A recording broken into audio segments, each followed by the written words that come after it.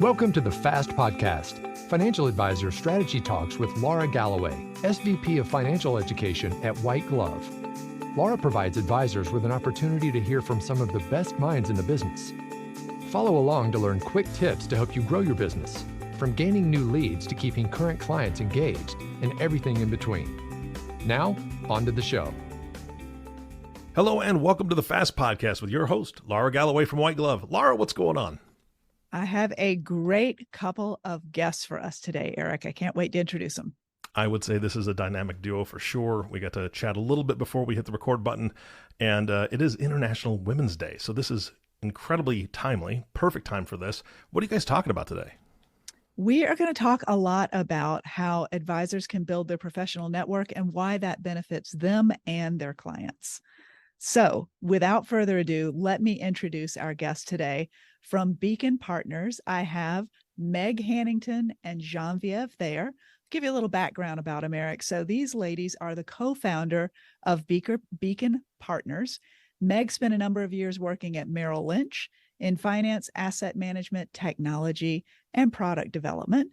And she now supports independent financial advisors to identify their barriers, get off autopilot, and help them build their ideal practice through coaching, consulting, emotional quotient programs, and aligning people with purpose. So I'm also going to tell you about Genevieve. She has nearly 20 years of experience as an operations expert in the financial services industry.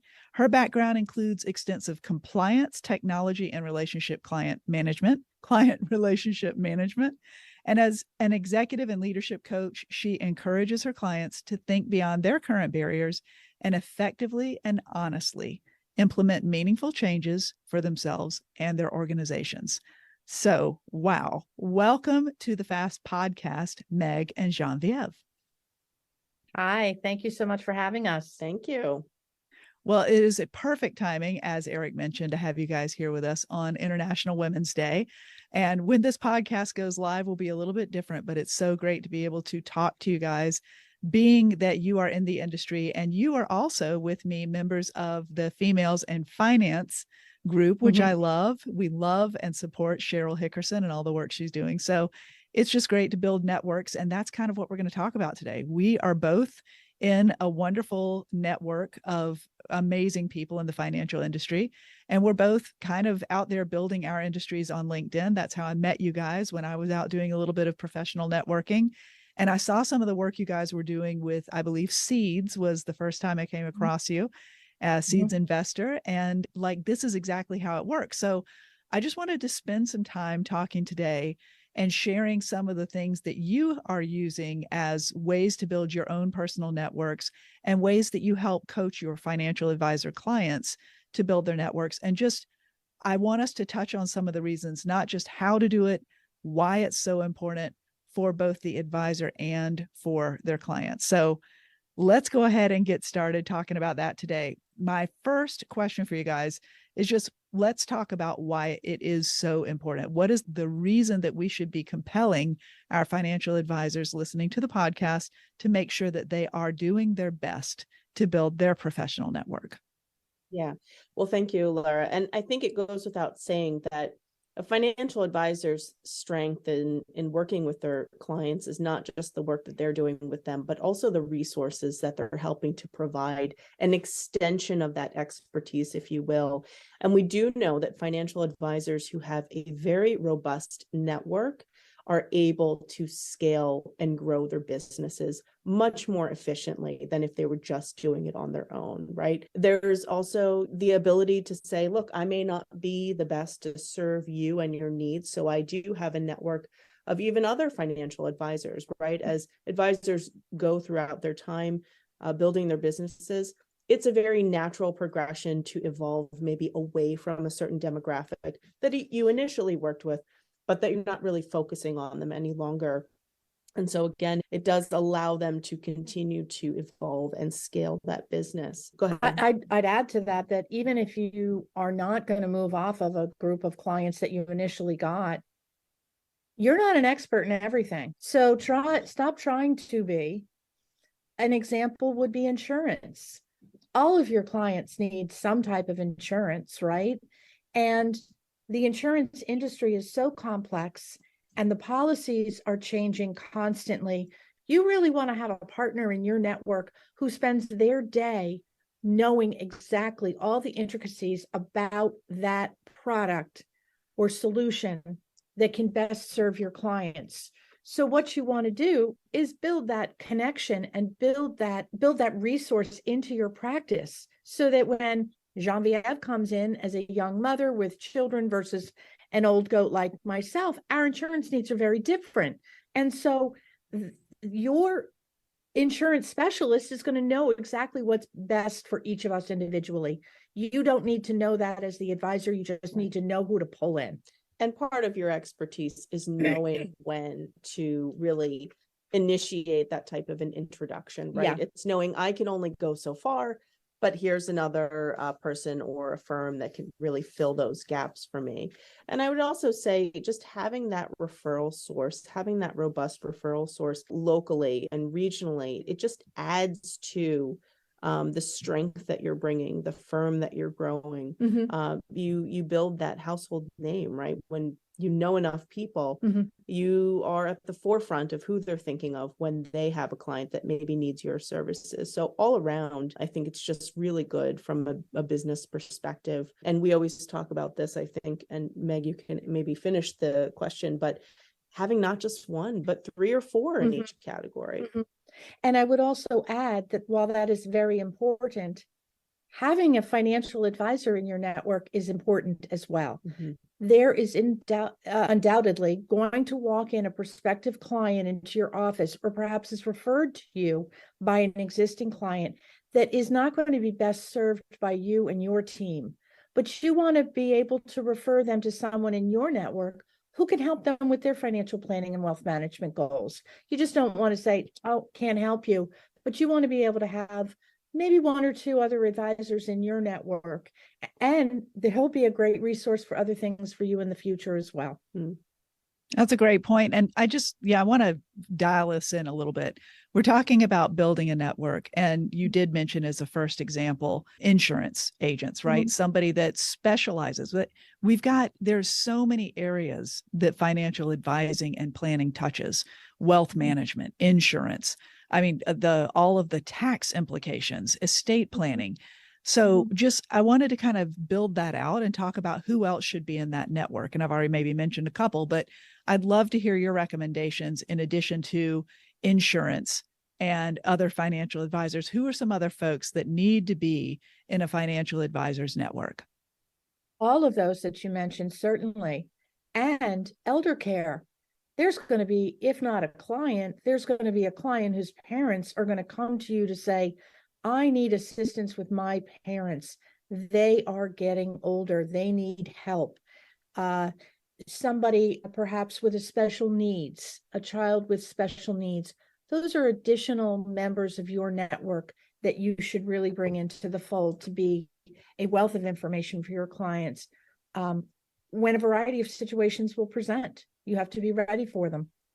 I wanted to add to that because I think it's really important to put this out there for advisors that are listening to us today. Know who you're working with. If you serve one specific niche, or if maybe there's a couple and there's maybe some overlap, I think that would really help define the types of other professionals that you need collectively. Thank you for making the globe shape because I was struggling to think of that word, but that you need globally to really, again, look at how you're serving folks from a very holistic perspective. This is a term that's made its way over the past decade or so in the industry, but really and truly it matters. And it reminds me of individual that we had on our show that we were interviewing, and how his specific niche was the folks that are retired, folks that are maybe needing to transition to assisted living. And as a financial advisor, he had built a network of individuals that only had to do with folks that needed services, assisted living, and depending how deep they needed that. And that's a really key example of, if you are working with a very specific group of folks, you really need to think outside of the general CPAs and accountants and estate planning attorneys. Meg mentioned elder care, right? Those are sort of like level set ground floor that you absolutely need. But how much further can you go based on the niche that you're serving? Folks who work with solely attorneys, physicians, corporate executives, folks that are on the mental health side of the care and medical aspect. So really thinking about that, and if you were in your client's position, what type of services would you really need? Mm-hmm. And that would, I think, help build and inform who you're making connections with to add that robustness to your network. Great point. It's not a one size fits all to say, Mm-hmm. every financial advisor needs an accountant, needs an attorney, whatever, right? Like you actually listed, well, that may be true. Maybe everyone does need an accountant and an attorney.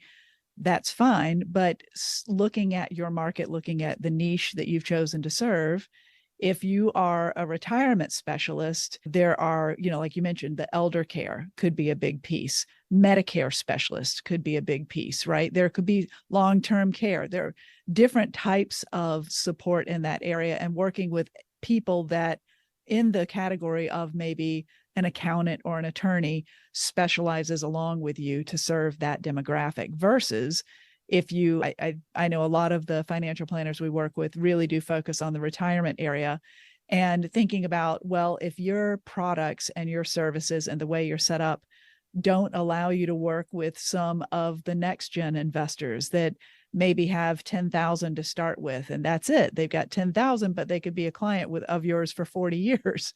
There's amazing value, but you don't have a way to serve them.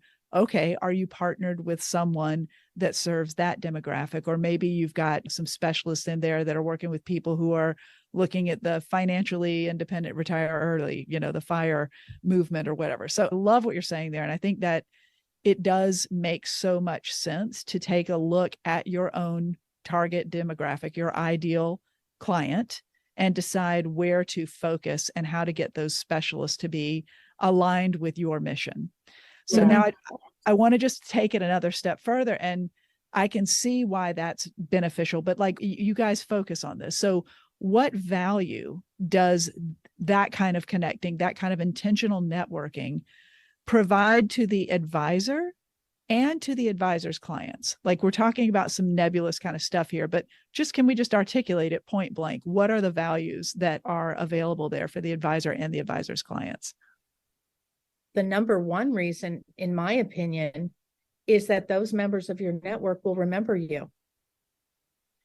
You are in the business of running a business and making money. Serving your clients certainly is a passion, but that has to sustain itself over time. And part of your job as a business owner is to market yourself. And there's no better way to market yourself than to deepen relationships with members of your network who will always remember that you care deeply about your clients' needs, that you are a specialist in a certain area, and that they will always remember someone in their network who needs to be referred to you. And you do that very methodically, very regularly, very intentionally, and consistently. This is not and I love the chambers. Advisors love the chambers, but this is not going into the chamber meeting and dropping off your business cards and hoping that now is somebody within a member of your network. It's giving that individual your card. It's meeting with them regularly. Maybe 4 to 6 weeks is too much. Maybe 8 to 12 is somewhere in a balance, but it's really digging deep and understanding one another's values, so that if I'm going to refer my client to Genevieve, I better darn well know that she's going to treat my client just as the way I would want to treat my client, and vice versa. And that's very important, because we have heard many, many times where an advisor is referring their client to someone and that client was not happy at all. Well, guess what? That client's going to remember that and maybe not refer you in the future to a member of their network. And we touched on the values a little bit earlier in the conversation. I think just that folks know who you are and who you work with, and your own value system in terms of how you're servicing people.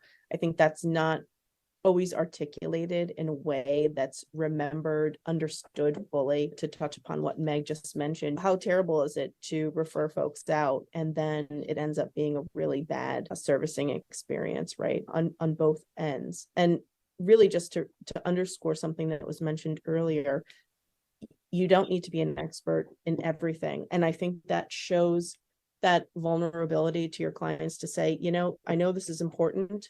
I don't exactly know how to do it, but I do know someone that does. I think that adds so much weight to your credibility, and how you're serving your clients in a way that's in their best interest. Of course, we know that independent financial advisors especially do have that fiduciary responsibility. And I do think that that adds a tremendous amount of credibility.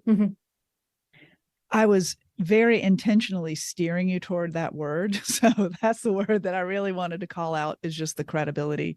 Sometimes an advisor might have the idea that if they don't have the answer to everything, if they don't keep control of the relationship, is a word I've heard, or a phrase I've heard a lot, where they don't want to lose control of the relationship.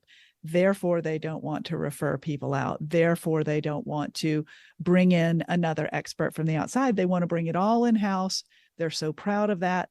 And I feel like you just did say that really eloquently, that this is actually a boost to your credibility, not a challenge or a detractor to it. Well, I think you bring a really important point, and I think this point needs to be called out. Listen, not everybody, just because they're a professional and they have this accreditation and this certification, means that they're going to be a good match and a pair for you. There are instances, because we're seeing it a lot in terms of the accounting side, right? They're bringing in wealth management as part of their services, right? So as a financial advisor, of course, I'd want to protect that relationship, but really thinking about, and again, getting further than surface level with folks that you're building into your network and really understanding them. Where do you end and where do they begin? How do they service their clients? Are they offering these ancillary services that are in competition with what you're doing? That has to be a part of the consideration and factored in. But the fact of the matter, you really, coming from the way that you just described it, is coming from a place of fear. My fear, if I'm not controlling this, then it's going to get out of hand. So really, what's the root cause at that point? Is it because, at some point you feel you're not meeting the need of the client? And if you open the store a little bit, they're going to be like, oh, I just experienced this and this was so much better than you, so now I'm leaving. I mean, I think we need to really open up that Pandora's box a little bit. And maybe there's an opportunity to say, am I really servicing my clients in a way that would make them never think of leaving me? Doing that, I mean, to your point, stretching that a little further, when you engage with the client, you say right out of the gate that you're not the expert in everything that they're going to need over the lifetime of this relationship. You say, I'm not an estate planning attorney. I am not a tax attorney. I am not a fill in the blank. But I have a strong network of individuals who are. And when the time is right, and when those individuals need to be pulled in to discuss your family's financial wealth management and planning goals, we're going to have them at the table here. And that's the value that I bring to this relationship. I love that. And who's not going to say, okay, I'm in, I don't have to go shopping anymore, right? Because sticky assets from both sides are wonderful, right? Who hates changing their bank or hates changing their, that you want to stay, you want to build a relationship as the client. Absolutely. One of our coaches here at White Glove is Dan Collison, and he talks about that model of how the advisor is the client's CFO. Like, I'm your chief financial officer, but I don't wear all the other hats of the executives that need to run your team. So we're going to have the wealth manager. We may have a stockbroker. We may have insurance agent. We may have an accountant. We may have an estate planning attorney. We may have Medicare specialists. So having all of that together, but having one person be the person that sources all of that for the client. And that model, like explaining that model, like, this is the network I bring to you. This is the value I bring to you, is that these are people I've carefully vetted.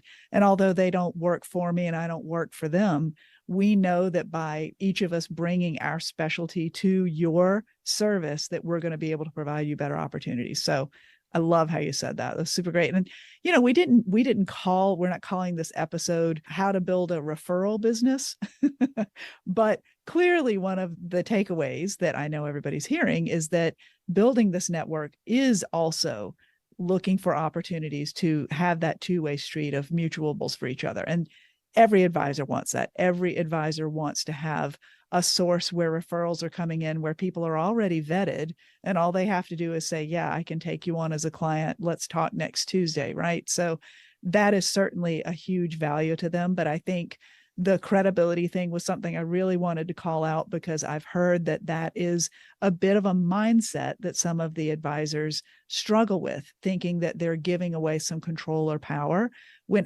maybe undercutting themselves, saying, oh, well, if you don't know everything, you're not good enough, when that clearly isn't the case. This is literally flipping the switch on that mindset. There are many things that advisors have learned early in the day where that mind shift, where that is changing a mind shift. We're no longer cold calling. We're saying we're not the experts on everything. It's a new day. And in order for you to grow your business successfully, you need to be open to those things. Yeah. Excellent. So let's talk about some strategies for that too, guys, because we can talk about how good this is, but I always want to make sure on this podcast that people can have some takeaways and make sure that they can enact something very quickly from what they learned today. So if I'm going, yeah, okay, you're right, this hits at the right time, I know I need to expand this network of mine, and I know I need to do that, but literally, how do I do that? What are some successful strategies you recommend to your advisors to get out there and find those people and build that network? I usually look at this from a multifaceted perspective. And I think, again, creating that baseline, what types of regional, very local events can you network in, right? Everybody knows the chambers of commerce, but there are spinoffs of that, smaller groups that you can look at joining. Those very key things like your social media presence, right? How are you interacting with the general public? What information are you putting out there? How are you positioning yourself as a subject matter expert or resource for folks from a financial planning and wealth management perspective? But I think there's one caveat there. Don't rely on one source. Don't rely on just going to a local meeting or a networking group and saying, yep, this is my pool of people. This is how I'm going to get my clients. It really doesn't work that way. You have to really think out of the box. And it's interesting. We have an opportunity to talk with and meet so many advisors who have such a different approach with how they're building their businesses. And I loved what one specific gentleman said to us, and it really resonated with me and stuck with me, because I think this is our approach as well as we create our business and scale it. Every conversation could potentially open up a door and an opportunity. Don't be afraid to have conversations with people who may not seem like they're your target audience, who may not seem like they're a person that's worthwhile. And I hate to throw that out there, but like, oh, that's not somebody I would ever do business with, because you really never know what that's going to open up and expand for you from a potential perspective, potential there. And I would say, and maybe Meg can expand on this, don't be afraid to host things of your own. Thinking outside the box. Is there a roundtable event that you can create, and building a little universe of your own to bring other professionals in to the table and have robust conversations and getting to know one another, again, building that network. But I'm sure Meg has some thoughts. I'm going to build on that and create your own little mastermind. Mm-hmm. If it's a round table, you already have an attorney, you already have an accountant, I suspect, in your network. So invite them somewhere to have some coffee and have them each invite 2 or 3 people within their network and start it going. It doesn't have to cost any money. It can be once a quarter. You're sharing business ideas, you're sharing marketing strategies. You may be able to determine a specific niche that each of you are going after, and you can bounce some ideas off of one another on how more effectively to do that. We mentioned the chamber twice now. It's an invaluable resource. It's a great way to get into the community, but you've got to have that conversation elsewhere, outside. Mm-hmm. Don't say no to a conversation. Today, we're all having conversations on Zoom. We built our business right before COVID We have been so honored to meet so many wonderful people across the country that we would never have met had it not been for COVID. So that, in my opinion, a total blessing. And every conversation begets another one, which is wonderful in order for you to build your business. And if you are wanting to be the best in your regional community, get on your social media, get on your town Facebook page, post something unique about yourself. If you're a young mother, you got kids in school, you're saving for your 529 for your own kids, say that so that you're attracting a network of young mothers within the community. If you're a more seasoned advisor and you're personally helping your parents transition into a senior living care situation, and that's who your market is, say that. You will immediately resonate authentically to the members of your community, and it will take off. I love what you're saying here, Meg. This is a big philosophy of mine, as always, knowing what opportunities you're looking for. I think if I think of what we've covered today, first and foremost, you have to be intentional and decide, yes, I know I want to build my network. Secondly, I hear that one of the really great ways to help advisors start building that network is to focus on their niche. Who are you serving? What other services and service providers might fit that also specialize with that niche? Then third, one of my favorite things that you've just hit on there is the mindset that, so if you have the mindset that you're looking for that, and you know that you're looking for that, now you can start attracting it. And I'm a big believer in that if you start putting things out there that, talk about what you're about, what you're interested in, what you're struggling with, what's personal challenges, that can be such a great way to talk a little bit like, trying to take care of my parents, those of us being in that sandwich generation where we're taking care of our own family and then also our parents as well. Just stuff like that, putting it out there is such a great way to start building that network. And it's not just going to a chamber of commerce and just being perfunctory and dropping off your business card and, okay, check, I did my networking. We're running up on time, but I want to ask you quickly to just share a little bit about, I told you guys that it's conference season kicking back off with a vengeance, because while Zoom did make so much connecting possible for us, we had to learn how to recreate that connecting and networking during COVID. There is a bit of the pent up demand for those of us who do like to get out and go meet people in person again. And if advisors are going to conferences, if they are, joining in the conference frenzy that's happening again, do you have any specific suggestions that they can use to build their network and be successful when they're at those conferences? Yes. And in the interest of time, we'll keep it short and sweet. But I think the number one thing to consider is there are so many conferences, and figuring out which one is the best one or two for you to attend, right? Because every advisor has a different goal. There are different speakers at every type of conference. What aligns best with your goals? And I think once you decide that, being hyper focused in terms of what you're looking to get out of going to that conference. Is it you want to network with other advisors that work with a certain group of people? Is it that you want to hear certain speakers? Whatever that metric is, going in and deciding this year, the next 2 years, I'm hyper focused on my marketing initiatives or improving my tech stack. And I think that will inform sort of how you navigate those conferences that you decide to go to. I think that's really important, because otherwise you attend some breakout sessions, and really, what was the cumulative value of attending that event? You need to go in with a specific plan in mind and what you're looking to accomplish. I want to add to that, especially on International Women's Day. We're moms. We've been to conferences. And quite frankly, we want to cut through the BS. We don't want to be away from our kids. We don't want to be flying out on a Saturday to do something on a Sunday, Monday to... It's a lot. So also figure that. How were these conferences responding to women's needs on this day of International Women's Day, and parents' needs, quite frankly, because even dads don't want to be away from their kids, especially when they're young. So conferences really need to be specific in serving their audience. And when there's 100 breakout sessions to attend to, how is that? How can you possibly get all that you need to get out of, right? Cut down on the quantity, I would say, of the breakout sessions. Make them a little bit more deeper. I always found it challenging. You're in this huge conference center and you're running from one end of the building to the next, like you were, you know, the first day of high school and like, oh, I can't be late for class.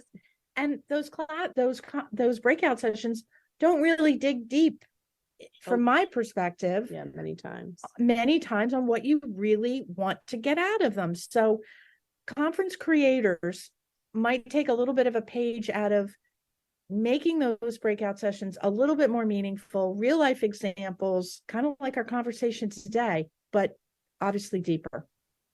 Yeah, I love it. And I just, again, I hear that intentionality. So if you are going to attend a conference and, you know, trying, I mean, you know, to your point, Meg, like running from one end of the place to another, what's happening? Is your intention to get 10,000 steps or 20,000 steps in a day? Great. Then you're excellent. Good job. You're on this part, the part to do that. Yeah.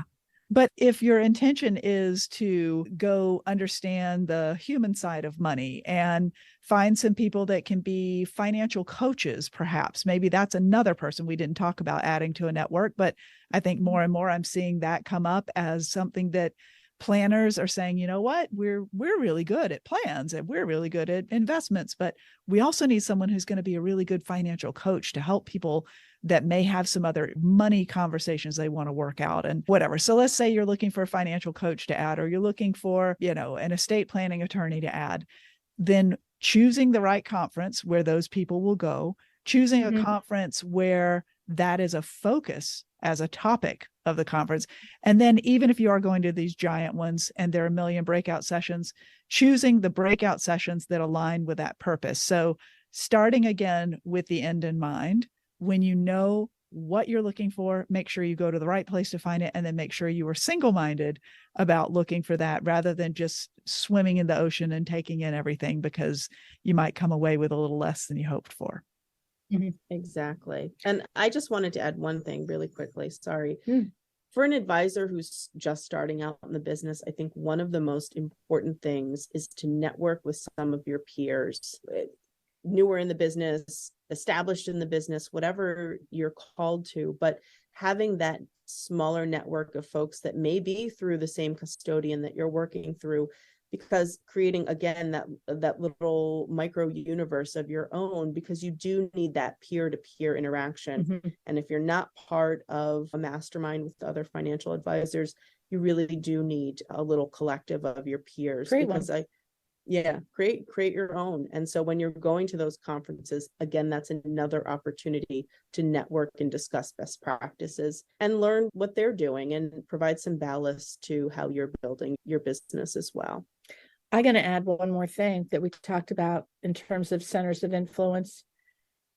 Get yourself someone in your network who understands the psychology of money, so that you can understand how your clients are coming to the table with their biases about money, so that you can help them better.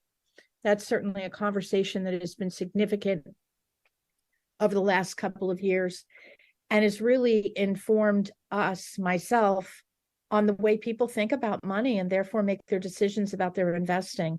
And it would be, I would highly recommend getting either yourself training on that or have someone in your back pocket who can help you with that. Agreed.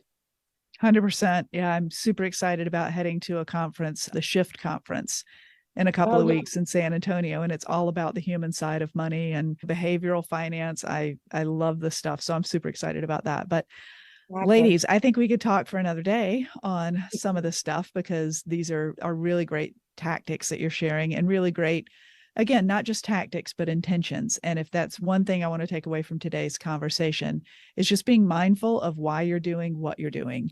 And if you have that figured out, then you're going to go about those actions better, and you're going to get more success in building that network that you're looking for. So I want to always end with just a definition of success. I would love to hear from you guys.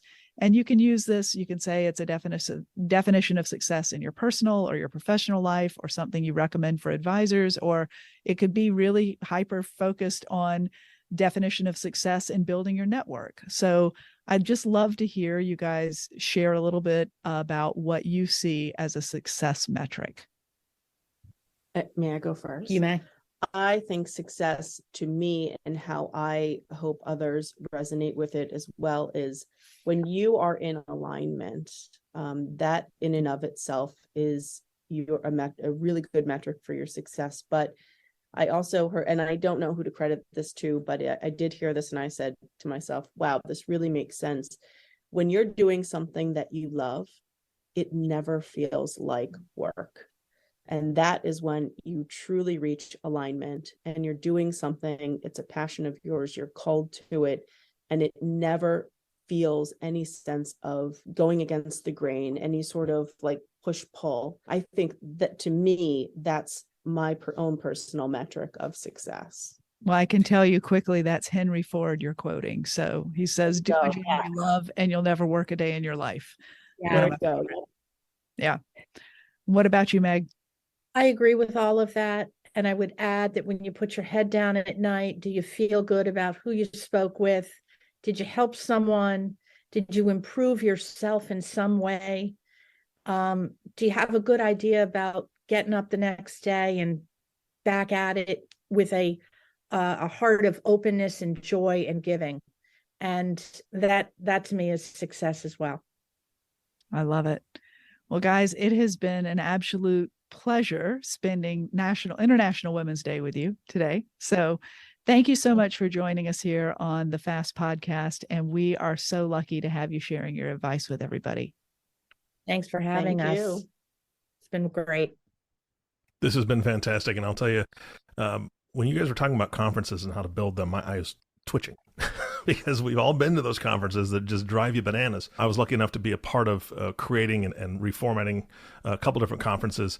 And it's like, please stop building in 7 to 10 opportunities to network. This is not my vacation. I'm here to learn. And please, how about you put more time in between the breakout sessions, because that's where the networking truly happens. Plus you get to use the bathroom, right? And you don't have to run across the entire conference platform, but build in that time, because advisors that go there with the intention of networking and learning, they're going to find a way to network. They're going to find those conversations. You don't need to build those in. Anywho, yeah, I was just twitching over here. So it was a fantastic podcast today. Thank you so much. If folks want to reach out and find you, where do they find you? Our website is www.yourbeaconjourney.com. Perfect. Laura, thank you so much. If folks want to learn more about you and your network and what we're doing here with the podcast, how do they reach you guys? We are info@whiteglove.com, or just hit the website and you'll find all of our resources for advisors there. All right. Well, thank you all for this podcast. This is fantastic. And of course, our last thank you goes to the listening audience. Thank you so much for tuning in and listening to the FAST podcast with Laura Galloway. If you have not subscribed to the podcast yet, please click the subscribe now button below. This way, when Laura comes out with a new podcast, it'll show up directly on your listening device. And we humbly ask that you share this podcast, rate it, and leave a review, as this actually does help others find the show. Again, thank you so much for listening today. For everyone at White Glove, this is Eric Johnson reminding you to live your best day every day. And we'll see you next time. Thank you for listening to the FAST Podcast, Financial Advisor Strategy Talks with Laura Galloway, your go-to source designed to help you grow your business. Have questions about the topics covered during the show? Visit our website at www.whiteglove.com or email us at info@whiteglove.com. Don't forget to click the follow button to be notified when new episodes become available. The information covered and posted represents the views and opinions of the guests and does not necessarily represent the views and opinions of White Glove. The content has been made available for informational and educational purposes only. The content is not intended to be a substitute for professional investing advice. Always seek the advice of your financial advisor or other qualified financial services provider with any questions you may have regarding your investment planning.